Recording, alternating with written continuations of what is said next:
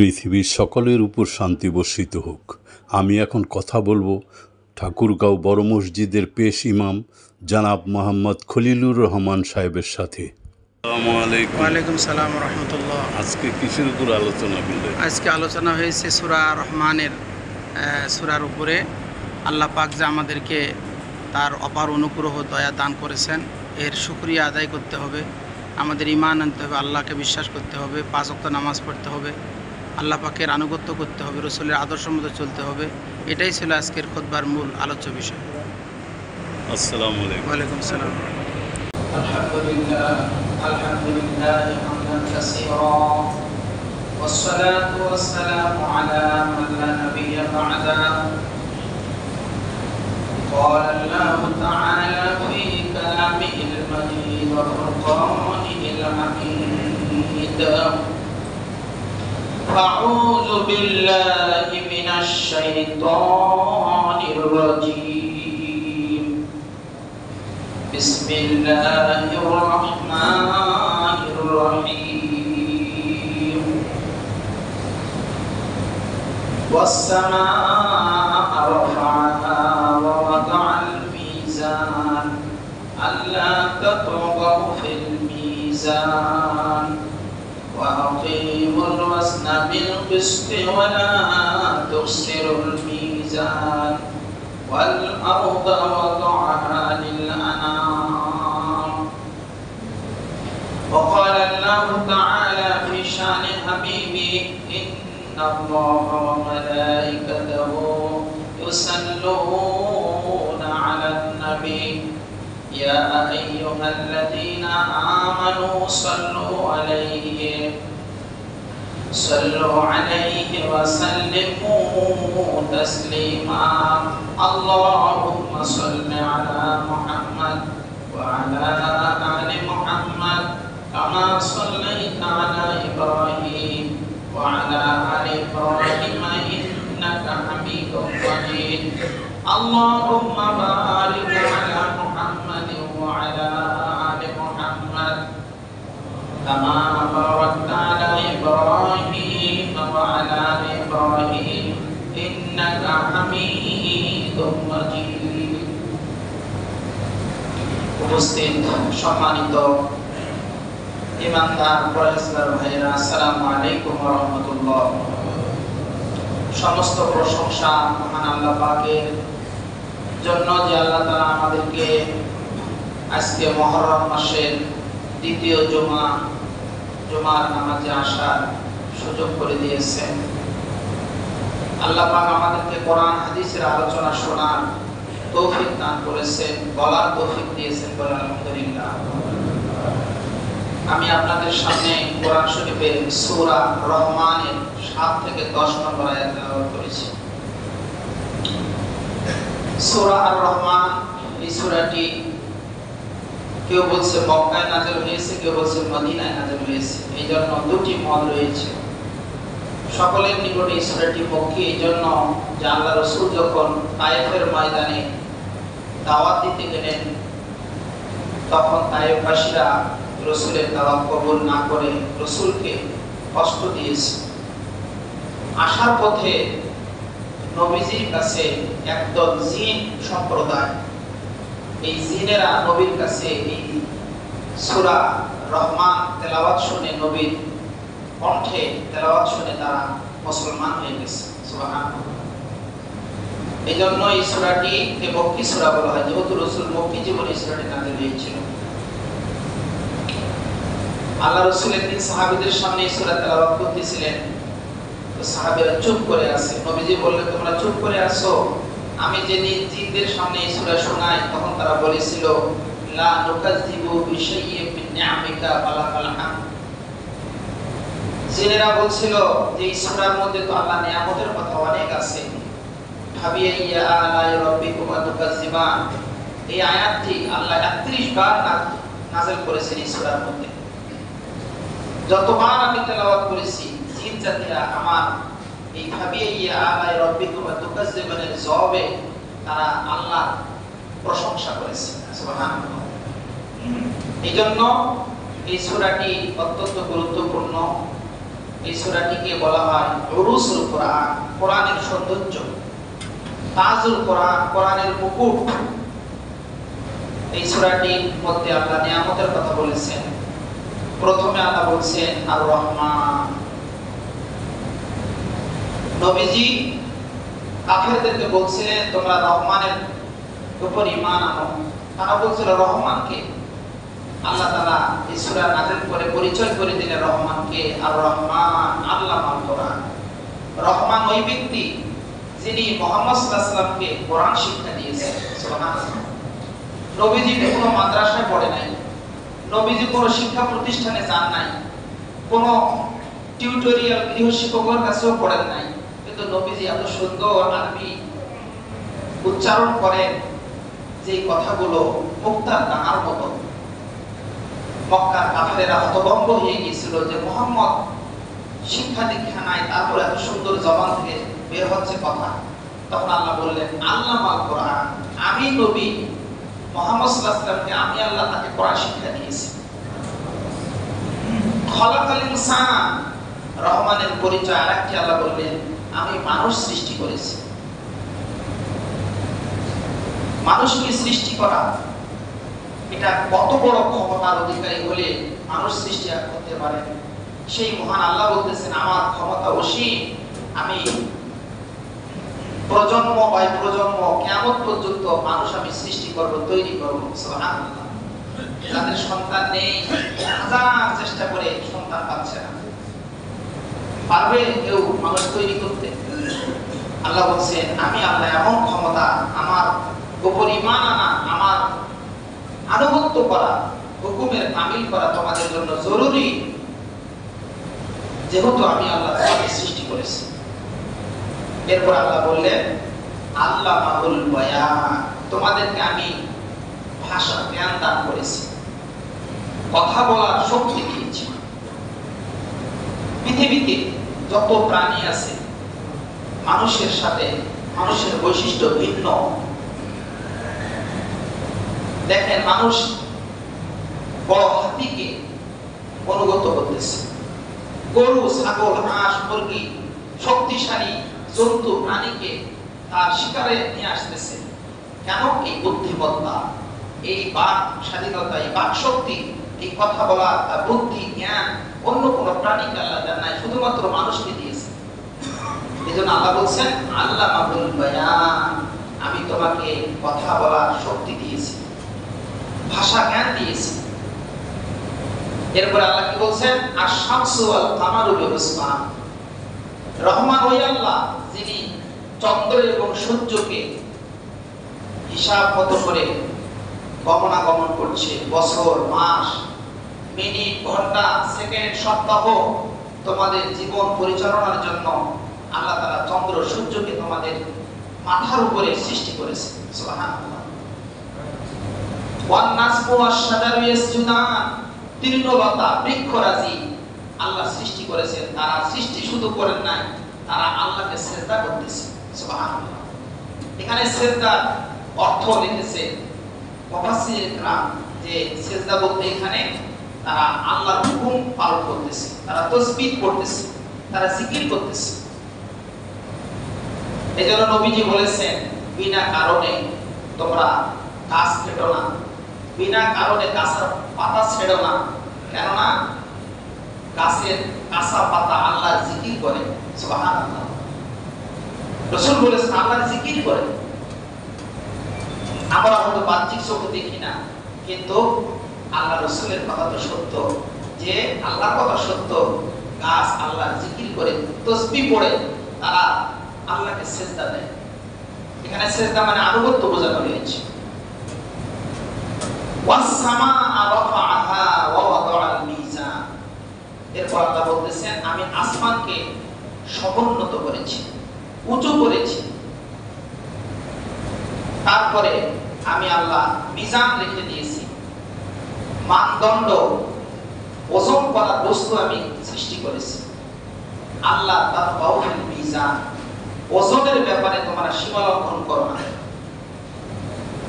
পরিমাপ এটা বাটখারাও হতে পারে, অথবা যে কোনো আধুনিক যন্ত্রপাতি, মিটার বলেন, লিটার মাপার যন্ত্র বলেন, জমি মাপা বলেন, যে কোনো ক্ষেত্রে আল্লাহ বলছে আল্লাহ তাবগাউ ফিল মিজান, ওজন করার ব্যাপারে তোমরা সীমা লঙ্ঘন করো না।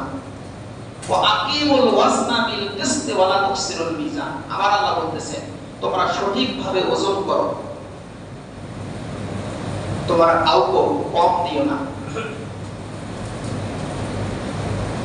ওয়াল আরদা ওয়াদাআহা লিল আনাম, এই জমিনটাকে আল্লাহ মানুষের জন্য, প্রাণীকুলের জন্য আল্লাহ জমিনকে বিস্তৃত করে দিয়েছে। যে দেখেন প্রথমে আল্লাহ কি বললেন, আমি আসমানকে সমুন্নত করেছি, মাঝখানে ওজনের কথা বললেন তোমরা কাউকে মাপে ওজনে কম দিও না। তারপরে শেষে বলতেছেন সে কয়েকটি আয়াতের পরে যে তোমরা, তোমাদের জন্য আমি জমিনকে বিস্তৃত করে দিয়েছি, জমিনকে রেখে দিয়েছি।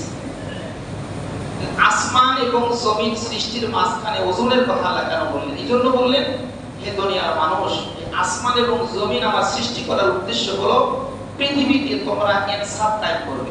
সুবহানাল্লাহ। এটা আপনার পারিবারিক জীবনে আপনি একজন অভিভাবক, আপনাকে ইনসাফ করতে হবে পরিবারের সদস্যদের, কারোর প্রতি বৈষম্য আচরণ করা যাবে না। আবার যারা দেশের সরকার আছে তাদেরকেও ইনসাফ করতে হবে, আবার যারা আমরা সমাজের নেতা আছি তাদেরকেও ইনসাফ কায়েম করতে হবে, কখনো বিএনসিবি করা যাবে না। ওজনে কম দেওয়া এই কথার অর্থ হলো শুধুমাত্র আমরা ওই যে ক্রয় বিক্রয়ের সময় যে ওজন করি, কিন্তু তা না, সর্বক্ষেত্রে। যেমন এক সাহাবী তাড়াহুড়া করে নামাজ পড়তেছিল, তো হযরত ওমর রাদিয়াল্লাহু আনহু বললেন, তাফাত্তা আসসালাত, তুমি নামাজে তাড়াহুড়া করতেছো কেন, নামাজের মধ্যে কমতি করলে কেন? আস্তে সুন্দর করে রুকু সিজদা করবে, আদিলে আরকান করবে, ধীরে সুস্থে সূরা ফাতিহা পড়বে, তুমি তাড়াহুড়া করতেছো, তোমার নামাজের মধ্যে তো তাড়াহুড়া হয়ে গেছে, ওজনে কম হয়ে গেছে। সেই সাহাবী রাসূলের আবার নামাজ পড়লেন। দেখেন ওযুর ক্ষেত্রে তাড়াহুড়া করা যাবে না, ওযু আপনাকে আস্তে সুন্দর করে করতে হবে, অঙ্গ প্রত্যঙ্গগুলো যেন ভালো করে ভেজে, ওযুর যে স্থানগুলো এগুলো যেন শুকনা না থাকে। হ্যাঁ, ওযুকে পরিপূর্ণ ইসবাগুল ওযু বলা হয়, ওযু করতে হবে। এটাও ওযুর ক্ষেত্রে, নামাজের ক্ষেত্রে আমরা ওজনে কম বেশি করি, এটা করা যাবে না সর্বক্ষেত্রে। এরপরে আল্লাহ তাআলা কি বললেন, যে আমি আল্লাহ আসমান সৃষ্টি করেছি তোমাদের মাথার উপরে। দেখেন আল্লাহ পাকের কত বড় দয়া, আসমানটাকে যদি কাছাকাছি রাখতো আল্লাহ, আর সূর্যটা যদি সেখানে থাকতো, আমরা একটা মানুষ বাঁচতাম না। সূর্যের তাপে আমাদের জীবন পর্যদস্ত হয়ে যেত, বসবাসের অনুপযোগী হয়ে যেত দুনিয়াটা। 9,30,00,000 মাইল দূরে আল্লাহ সূর্যটাকে রেখে দিয়েছে, বলে সুবহানাল্লাহ। কত কোটি? 9,30,00,000 মাইল দূরে উপরে আসমানটাকে রেখে দিয়েছে, সূর্যটাকে। চৈত্র মাসের রোদ যদি পড়ে আমাদের তারপরও বাইরে থাকা যায় না। আল্লাহ বুঝাইতে চাচ্ছেন, বান্দা আমি আল্লাহ পৃথিবীটাকে সৃষ্টি করেছি তোমার থাকার উপযোগী করে। দেখেন আমরা যখন মায়ের পেট থেকে জন্ম নিয়েছি, আমাদের পাটির মধ্যে কোনো দাঁত ছিল না, ছিল কি? কেন? মায়ের বুকে দুধ সন্তান পান করবে, যদি দাঁত থাকতো তাহলে মায়ের কষ্ট হতো, ব্যথা লাগতো। আল্লাহ তাআলা দাঁতবিহীন করে আমাদেরকে সৃষ্টি করেছেন।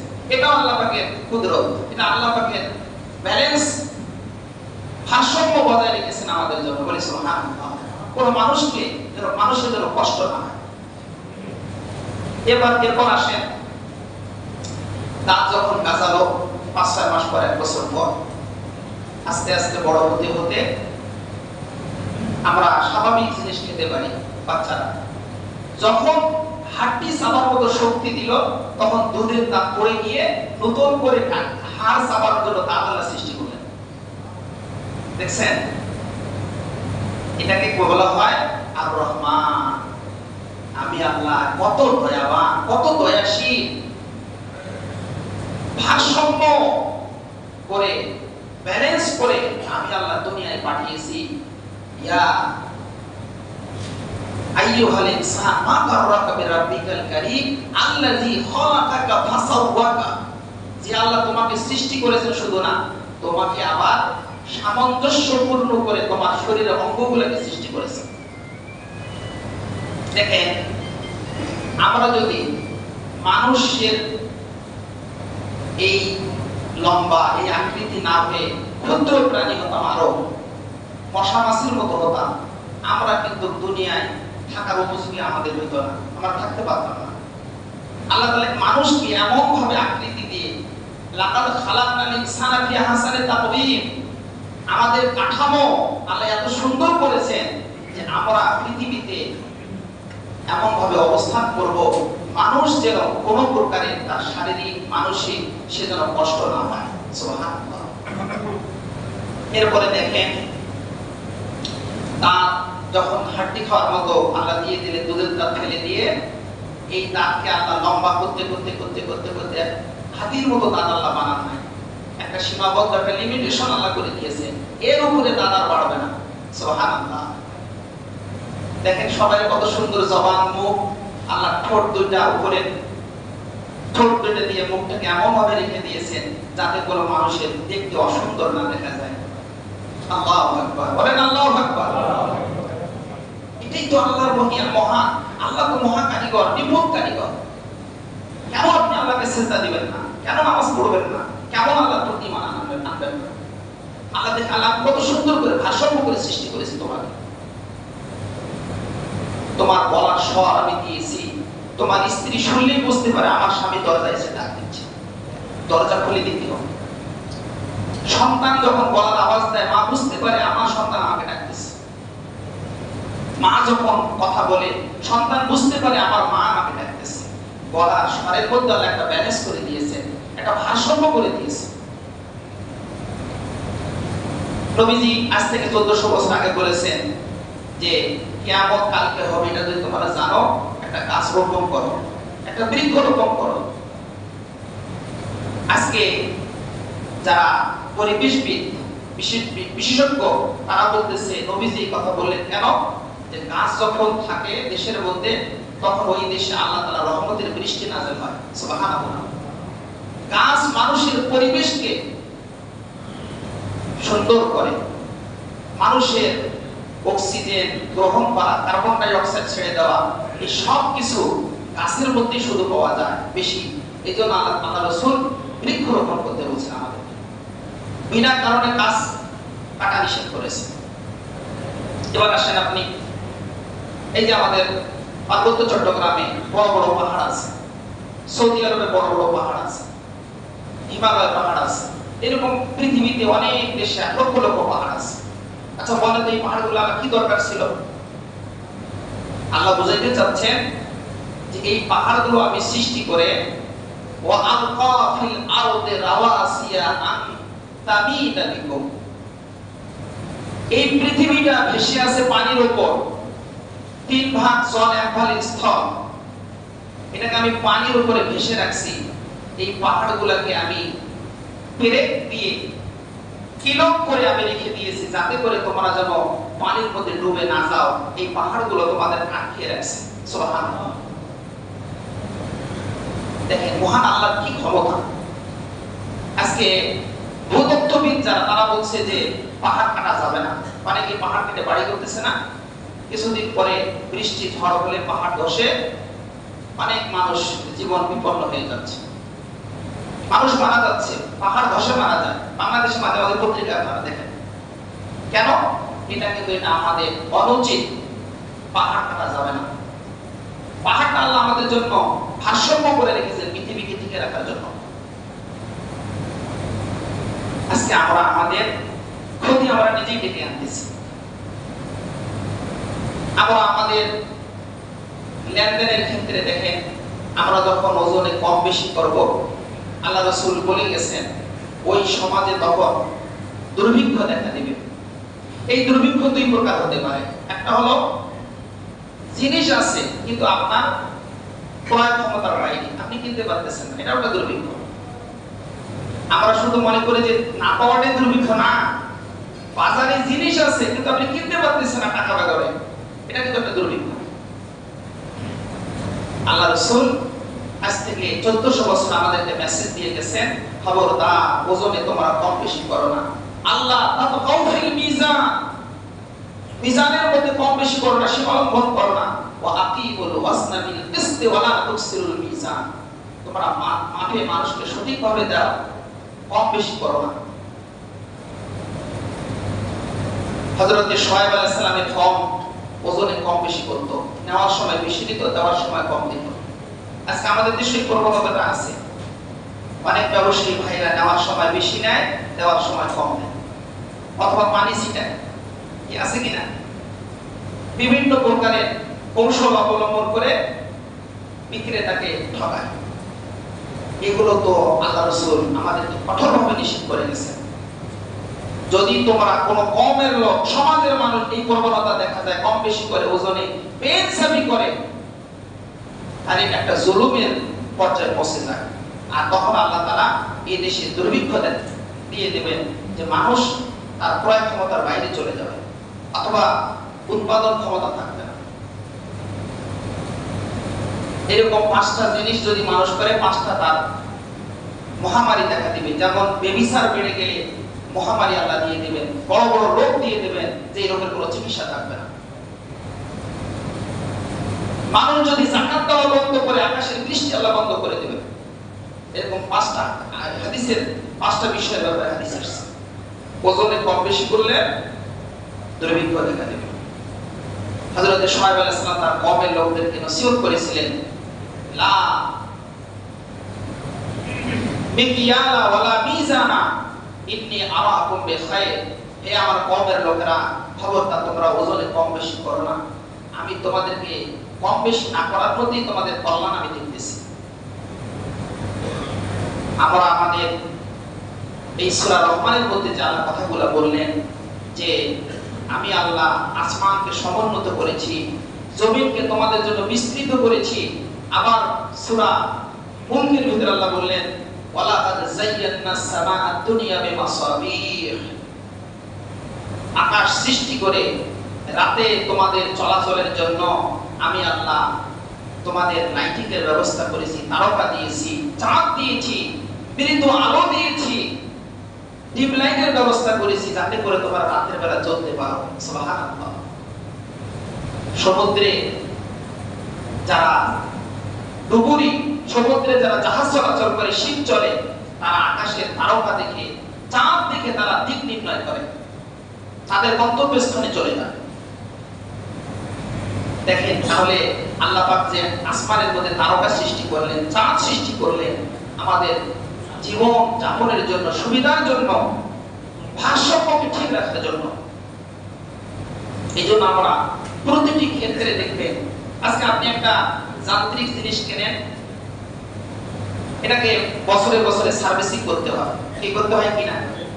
কার বলেন, প্রাইভেট কার বলেন, ট্রাক বলেন, যে কোনো আপনার বাহন বলেন, এটা এক সময় ত্রুটি দেখা দেয়, যান্ত্রিক ত্রুটি দেখা দেয়, চলার গতি কমে আসে। আল্লাহ আসমান সৃষ্টি করেছেন আজ থেকে কোটি কোটি বছর আগে, জমিন সৃষ্টি করেছেন, চাঁদ সূর্য সৃষ্টি করেছেন, কি কোনোদিন কি এগুলো সার্ভিসিং করতে হয়েছে, রিপেয়ারিং করতে হয়েছে? আল্লাহ বলছেন আশ-শামসু ওয়াল কামারু বিহুসবান, আমি আল্লাহ এমন ভাবে চাঁদ সূর্য সৃষ্টি করেছি, সেটা কোনো রিপেয়ারিং সার্ভিসিং এর দরকার নাই, আমার হুকুমে তারা চলতেই আছে। সুবহানাল্লাহ। এটাই তো আমি আল্লাহর কুদরত, আমি আল্লাহর নিপুণ কারিগর, আমি এটাই তার প্রমাণ। অতএব তোমরা তোমাদের জীবনটাকে আল্লাহর আনুগত্যে তোমরা রেখে দাও। আল্লাহ এটাই বলতে চাচ্ছেন। আর রহমান, তোমরা রহমানের দাসত্ব করো, গোলামি করো, নামাজ পড়ো, তার প্রতি ঈমান আনো, সেই রহমানকে তোমরা স্মরণ করো। এরপরে ধারাবাহিকভাবে আরো আল্লাহ বললেন যে আন নাজমু ওয়াশ-শাজারু ইয়াসজুদান ওয়াস-সামাআ রাফা'আ আল্লা তা'তিমুল ওয়াজনা বিল কিসতি ওয়াল আরদা ওয়াদা ফিহা ফাকিহাতু ওয়ান নাখলু যাতুল আকমাম, আমি জমিনকে তোমাদের জন্য শুধু ঘুমার ব্যবস্থা করি নাই, হাঁটা চলার ব্যবস্থা করি নাই, এই জমিনের মধ্যে তোমাদের রিজিকের ব্যবস্থা করেছি। সুবহানাল্লাহ। এই খাদ্য, এই রিজিক নেওয়ার জন্য তোমাকে আকাশে যেতে হবে না, তোমাকে কোথাও সমুদ্রে পাড়ি দিতে হবে না। তোমার পাশে জমিন আছে, এই জমিনকে আকাশের পানি দিয়ে সিক্ত করে সেখান থেকে আমি সবুজ শ্যামল, সেখান থেকে তোমার জন্য ফল ফলাদি, শাক সবজি, রিজিকের ব্যবস্থা, তোমাদের ধান, গম, ভুট্টা, আলু, বেগুন, মরিচ, পেঁয়াজ যা লাগে আমি আল্লাহ জমিনের মধ্যে থেকে তোমাদের রিজিকের ব্যবস্থা করেছি। কি ভাই, আপনার মরিচের ঝাল নাই, বাজারে জিজ্ঞাসা করি না জমিনের মধ্যে কি কেউ ঝাল ছিটে দিয়ে আসছিল যে ওখান থেকে মরিচের গাছ থেকে মরিচ হচ্ছে, এত ঝাল তরকারিতে দিলে তরকারি সুস্বাদু হয়। কাঁঠালের সিজন আসছে, কাঁঠাল খাচ্ছি, কাঁঠালের গাছ ফুটলে 100টা চিনি পাওয়া যাবে না, গুড় পাওয়া যাবে না। কে? আল্লাহ তাআলা ওই কাঁঠালের মধ্যে সুন্দর একটা মিষ্টির ব্যবস্থা করে দিলেন। সুবহানাল্লাহ। আল্লাহ বলছেন ওয়াফিল আরদে আয়াতুল লিল মুকিনিন, এই পৃথিবীতে যারা জ্ঞানী হবে, যারা ঈমানদার হবে, এখান থেকে আল্লাহ পাকের নিদর্শন তারা খুঁজে পাবে, তাদের ঈমান মজবুত হবে, আমলের প্রতি আগ্রহ সৃষ্টি হবে। সুবহানাল্লাহ। মানুষের সৃষ্টি তত্ত্ব নিয়ে যে একটু আগে বললাম যে আল্লাহ তাআলা আমাদের অঙ্গ প্রত্যঙ্গগুলো কেমন ভাবে বানিয়েছেন, নখ সৃষ্টি করেছেন, নখ বাড়তে বাড়তে তো বাঘ ভাল্লুকের মতো বড় বড় নখ খেলা করে দিতে পারতেন। আল্লাহ বলছেন না, এমন একটি সীমাবদ্ধের মধ্যে আমি রেখে দিয়েছি যে তুমি তোমার রক দিয়ে, নখের আপনার সেই জিনিস দিয়ে তোমার চলা ধরা আল্লাহ আমি তোমাকে শক্তি দান করেছি। এরকম প্রতিটা ক্ষেত্রেই দেখেন আল্লাহ তাআলা ভারসাম্য দিয়েছেন। আর এই ভারসাম্যকে আমরা নষ্ট করি আমাদের নিজের কারণে। জলে স্থলে আল্লাহ কোরআনে কি বলছেন? যাহারাল ফাসাদু ফিল বাররি ওয়াল বাহরি বিমা কাসাবাত আইদিন নাস লিইউযিকুহুম বা'দাল্লাযী আমিলু লাআল্লাহুম ইয়ারজিউন। জলে স্থলে বায়ুমণ্ডলে আজকে যে বিশৃঙ্খলা, অনিয়ম, সেটা তোমাদের কর্মের কারণে। তোমরা ভুল করতেছো, গাছ কাটতেছো অনর্থক, তোমরা পাহাড় কেটেছো অনর্থক, তোমরা তোমাদের দৈনন্দিন জীবনযাত্রায় মানুষকে ঠকাচ্ছ, কম বেশি করতেছো, নামাজে কম বেশি করতেছো, ওযুর মধ্যে কম বেশি করতেছো, এগুলোই ব্যালেন্সকে ঠিকঠাক রাখতেছে না, এগুলোর কারণে বিশৃঙ্খলা দেখা দিচ্ছে। এজন্য ভাইরা, আমরা আল্লাহ পাকের দেওয়া নিয়ামত উপভোগ করবো, খাবো, কিন্তু আল্লাহর হুকুম মতো চলবো, কোরআনের নির্দেশ মতো চলবো, রাসূলের সুন্নাত তরিকায় চলবো। দেখবেন ইহকালে আমরা শান্তি, পরকালেও আমরা জাহান্নাম থেকে মুক্তি আল্লাহ আমাদেরকে দান করবেন। আল্লাহুম্মা আমিন, আল্লাহুম্মা আমিন। রব্বানা তাকাব্বাল মিন্না ইন্নাকা আনতাস সামিউল আলিম ওয়া তুব আলাইনা ইন্নাকা আনতাত তাওয়াবুর রহিম। আয় আল্লাহ, তোমার হুকুম মতো আমাদেরকে চলার তৌফিক দান করো। আয় আল্লাহ, আমরা তোমাকে ভুলে যাই, কিন্তু তুমি আমাদেরকে ভুলো না আল্লাহ। আল্লাহ, আমাদেরকে সঠিক পথ দান করো আল্লাহ। যেই কথা বললে তুমি রাজি খুশি থাকবে, যেই কাজ করলে তুমি খুশি থাকবে, ওই কথা বলা, ওই কাজ করার আমাদের তৌফিক দান করো আল্লাহ। তুমি যেভাবে আমাদেরকে সৃষ্টি করেছো, তোমার কুদরতের, আয় আল্লাহ, অসীম কুদরতের মালিক তুমি আল্লাহ। আল্লাহ, আমরা যেন 5 ওয়াক্ত নামাজ কায়েম করতে পারি আল্লাহ, আমরা যেন সর্বক্ষেত্রে ইনসাফ কায়েম করতে পারি আল্লাহ, আমাদেরকে তৌফিক দান করো। সুবহানা রাব্বিকা রাব্বিল ইজ্জাতি আম্মা ইয়াসিফুন ওয়া সালামুন আলাল মুরসালিন ওয়াল হামদুলিল্লাহ।